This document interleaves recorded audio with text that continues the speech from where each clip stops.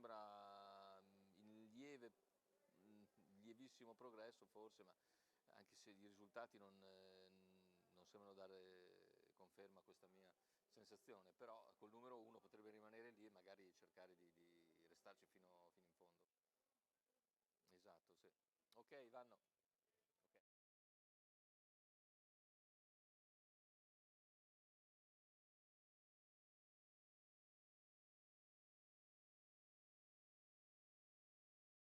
Si va con la terza corsa, prova riservata ai gentleman, un miglio, categoria E, ritirata Tena del Ronco. Questo è lo schieramento: Chocolat Chou, Verace Chi, Asia Jet, Verdi Prav, Zosca Etual in prima fila, Alessandro Bar in seconda. Favori per Asia Jet, numero 3 Matteo Zaccherini, macchina che accelera ed è veloce subito Asia Jet che cerca di superare Verace Chi. All'interno svelta anche Chocolat Chou. Chocolat Chou in vantaggio, Asia Jet rimontata all'interno, deve adeguarsi in seconda posizione in corda.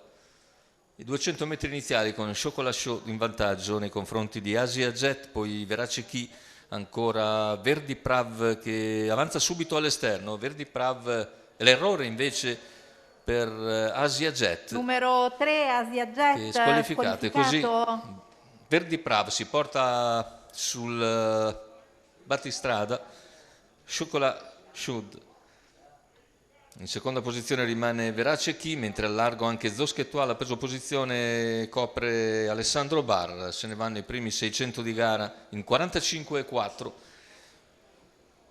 Chocolat Chou in vantaggio nei confronti di Verace Chi, Verdi Prav che ora va con maggior decisione sul battistrada e la pariglia completamente dopo 800 metri in un minuto esatto.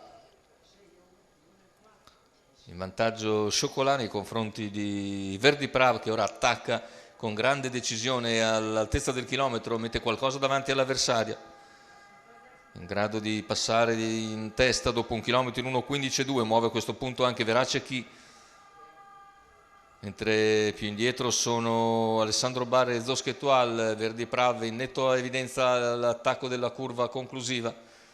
Ha preso 3 lunghezze di margine. Verace Chi va su Chocolat Chou, mentre anche Alessandro Bar sposta in terza ruota.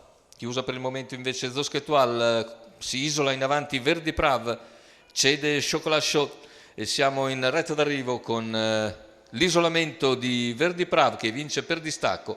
La lotta per il secondo posto premia invece Alessandro Bar che sul palo transita al posto d'onore davanti a Zosca Etual. 1:15,2, ragguaglio conclusivo con 39 a chiudere.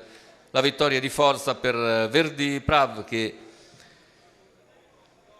Fabio Marchino ha guidato con molta consapevolezza e è andato presto all'esterno di Chocolat Chou per averne ragione già poco dopo il chilometro e staccarsi in solitudine.